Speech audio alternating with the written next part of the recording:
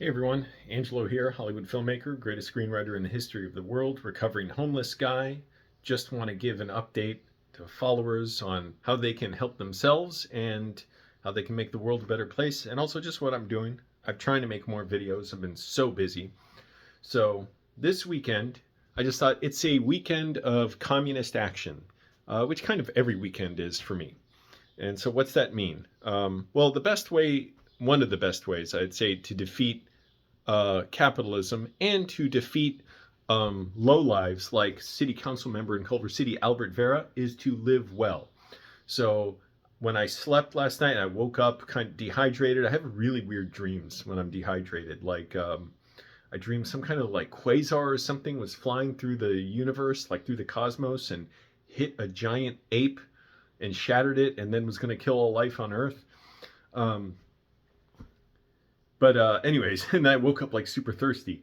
But I try not to look at my phone much when I get up like that, or not at all. Like sometimes I'm in so much pain, like kind of emotionally and physically, it numbs that pain, but I don't want to do that. I'd rather feel the pain, process it, and release it. So avoiding the phone when not necessary, and the computer is one thing. Avoid just compulsively checking social media or email. For me, I'm not really on social media. But I do check my email too much. Eating right. So my diet, it's on point pretty much. Been bulking a little bit, gonna cut whatever. I'm not perfect about it because also my workouts aren't quite as strenuous as they should be if I really wanted to bulk. But also I'm not gonna get weights. Or go to the gym. I use my resistance cords, my body weight exercises. I have a pull-up bar. That's that. So this weekend, I'm using public transportation to get around, which, surprise, that's what I do every weekend. So today, I'm probably not going to take the metro out today to Hollywood. I'm going to meet a friend. I'm going to take the bus.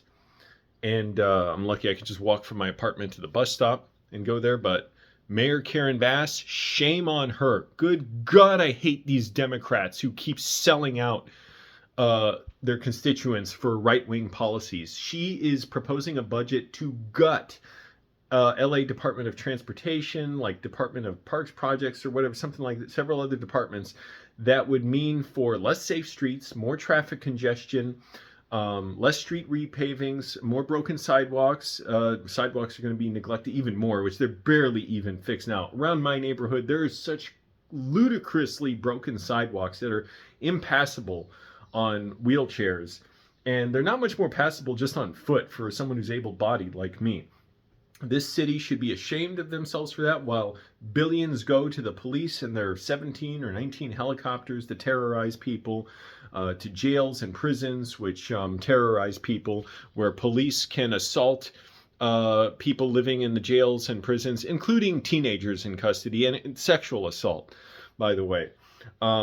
The city pays out so much. So anyways, Mayor Bass did this. She's proposing this huge budget cut, not cutting the police budget. Oh no, like we have huge housing problems, transportation problems, all things that should be addressed directly. And it seems the only housing you'll get is free housing in jail, or free food in jail, transportation, free ride in the back of a police car to jail. Or if you're one of the people who drive police helicopters, you drive a helicopter. Other than that, you're constantly being screwed in this city. And we could do so much better, especially when I just saw Paris has a train line that's automated that runs every 85 seconds. It can run 42 times an hour. That means it can carry 1 million passengers a day. To put that in perspective, LA, a city of, within the city limits, I don't know how, it's always nebulous to me. What's the city? What's the population here? But it's like 8 million or so. We have, between all the transit in the city, buses and metro, 1 million trips a day total. Imagine if just one metro line could service 1 million trips a day. How much better traffic would be. You car brain people, you drivers who are like, I'm not riding a bike to work, I'm not getting sweaty. Gotta think with your head, because you're not the only person who exists out there. There are other people who exist who sacrifice for their kids, who don't get cars, and who take public transportation to get to work and get to doctor's appointments and get around. They need viable ways of getting around. And if they can do that without cars and Ubers and Lyfts and now Waymos, that means less traffic for you. Think, you're screwing yourselves. You're cucking yourselves for the car industry, and I know damn well the car industry, like Elmo Musk, doesn't care about you. So anyways, public transportation, one thing tomorrow I'm actually going to ride my bike to the metro, lock up my bike in secured bike parking, which we need everywhere.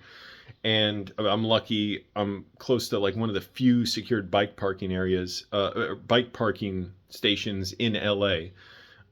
Take the metro out to downtown, and then from there take a bus to go see a play. And today also I'm going to do a little writing, print out my script, and wash your sheets. So these are my sheets. I washed them, and I'm going to put them on the bed and got my clothes there. So wash your sheets, read books. There's a book there, The Deceit, and more books over there. I already rode my bike to get groceries in the rain this morning. I'd rather ride my bike in the rain than drive in a car in nice weather. 2 different places this morning. So lots of stuff you can do to live well. I'm trying to release my anger, my emotions. Karen Bass, good God, man. Like, why bother having Democrats in office? You're just basically voting for Republicans who just give little nods and winks to the idea of equity and inclusion, etc., and some idea of helping the poor. But this is cruelty and violence that's going to be encoded in our budget if Karen Bass gets her way. And also, jerks like Albert Vera, I call him the angel of death in Culver City. Multiple people have been killed, all outside of cars, hit by cars in Culver City, including 2 about 3 blocks apart within 2 months of each other. In between those 2, September 30th to October, 3 months. So September 30th, one was killed. A pedestrian. Black Friday, November, a motorcyclist was killed. I rolled up on that scene after the body was already taken away. And that was on the downtown corridor where Albert Vera, Dan O'Brien, and Goran Erickson voted to rip out bike lanes at a huge cost to taxpayers. The city has to give back like $400-some thousand to Metro that they got to build bike lanes, install them. That's more the word. Kind of don't build them like a building, but he voted to rip those out because wealthy white constituents backed by wealthy sponsors wanted them out because they're convinced that actually, no, if more people drive and if there's less options to get around without driving, traffic will be better. They don't know that most times a day, there's no traffic out. And it makes you wonder why we're spending millions of dollars on these free roads that get people killed and have no vetting for who comes in them. So we got these criminals coming from LA to Culver City, pouring over the border. These criminal drivers, they commit hit and runs, they speed, they illegally change lanes, they tailgate. And some, I assume, are good people. And Albert Vera is just like, come on in, criminals, Culver City's open for business. And what he does is cynically deploy the police like bait. So the police are there. They have license plate readers. They capture the license plates of millions of trips coming into Culver City, excuse me. And then the police pull over people, and disproportionately black and brown people. The police pull them out, get out of their cars. So now the police are there as bait for those criminal drivers to run over and kill. And if Albert Vera, he's not a studying kind of guy, but he should know, somebody should tell him that car crashes are one of the biggest killers of police in Southern California. While Albert Vera whines and cosplays and does a little dance pretending he's pro-cop, he's the biggest threat to police here because he doesn't give a damn about police safety. He keeps putting them out on the street, out of their cars to deal with criminal suspects in the same corridors where people get killed. And then there was, there's more people who have been injured by drunk drivers, including a woman, Joanna Rodriguez, who was grievously injured last December, I believe. And she's in a long road for recovery. So she was on an adult tricycle when a drunk driver hit her.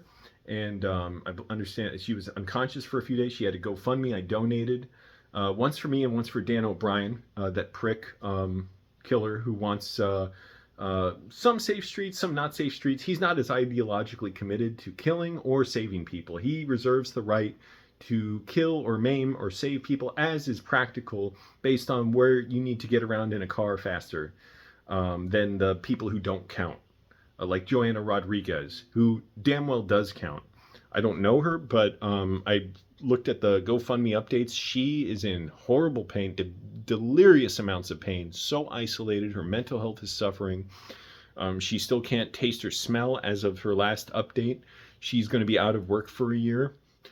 And it's great for Albert Vera because his constituents don't complain to him about that. So they don't really care about human life. Good job. It shows the culture he inspires and takes inspiration from. If you don't know, Albert Vera was in prison. He was a criminal for a while. His dad was mayor, and his dad hated the police too. His dad verbally abused the cop who arrested Albert Jr. finally and got him in actual trouble. Albert Sr. couldn't get him out of trouble that time. And my guess is when Albert Vera was in prison, he was so angry at the police, he wanted to figure out how to kill the police legally. And he was probably recruited into MS-13 as a deep cover operative. He's very gullible. He's like, wow, you're going to let me into your club? Cool. And this is how you do it. Like, he figured out, oh, the way you kill people and get revenge is you outsource the job to the design of the city. And let's say now if this didn't happen, if he wasn't recruited into MS-13, there'd be no way to tell the difference because as it is, effectively, he's still getting people killed. So his constituents should speak up and say, like, no, it's fine. People are getting killed. Or say if you object to it, too. That's fine, too. In the meantime, I'm going to keep enjoying riding my bike. I don't ride my skateboard anywhere near as much as I should because every time I ride it, it's like starting over for the first time. Been rollerblading a bit lately, but I'm going to get going. Got to iron my capitalists. They'd rather you wear just clothes once and throw them away and have slave labor, new clothes for you, underpay them. But I'm a good person. I'm a communist. So what can I say? I believe in taking care of myself, cleaned the apartment this morning. And gonna get on with my day. Also just eating healthy, eat whole ingredients. So yeah, I mean, that's, I guess, what makes me a communist and a good person. I believe we shouldn't have this exploitation where people like Albert Vera, he's wealthy, he's a millionaire, he owns real estate, a deli, an olive ranch, where the harder his workers work, the richer he gets. It's also a nice perk for him that when he makes it so that driving is effectively the only way you can get around Culver City, that his employees are going to be indebted. There's not enough housing because we give over our cities to roads and for cars and for car manufacturers. And he doesn't want to be able to save money on a car to get around on public transportation. So you can't live close enough to work to walk or bike, and you can't get around reliably except without a $10,000 a year coffin on wheels. And it's great because that means when you're so desperate to hold on to your job to stay financially viable, unlike Albert Vera, who's never going to worry about where another meal comes from. It means you're scared of speaking up about working conditions, about sexual exploitation at work, about verbal, emotional abuse, about wage theft, because the reality is when you're the employer, the fat cat boss like Albert Vera, you hold all the power. So you can just make work hell for them and they'll be silent, or you can retaliate and you can just fire them. Employers do it all the time. Albert Vera can whine and moan that he doesn't do that, but funnily enough, he won't change the conditions that give him the ability to do that. So at most he can say, no, I don't do that. But he reserves the right to if he wants to, and the means to, and the motive. So that's what it's like being an employee in America. And apparently Albert Vera just likes this system. It's really good for him. So, it's got that going for it. Anyways, I got to calm down to make sure I'm good and well, because the best way to defeat people like Albert Vera is live well. He really doesn't like anybody. He's kind of a nasty guy. Real jerk, actually. Anyways, I'm going to get on with my day. Also got my air purifier because we can't have clean air in LA. We got freeways cutting through our neighborhoods. And apparently that's not a problem for people. That's not inconvenient. People dying, people being run over, maimed, out of work for a year. That's not inconvenient for Albert Vera and his white, wealthy constituents. What's inconvenient is having to see those people outside of cars able to get around anywhere near as much as they can. That's the inconvenient part, especially if they're not his favorite persuasion of skin color. Why can't they be white, Albert? I know it's really upsetting for you, you fucking loser. Anyways, So, what else is there to say? I'm going to get to it. Get to my ironing. All right, everyone. Let me know what you think. Let me know what you're doing for your weekend of communist wellness. So, thanks for watching, everybody. Bye.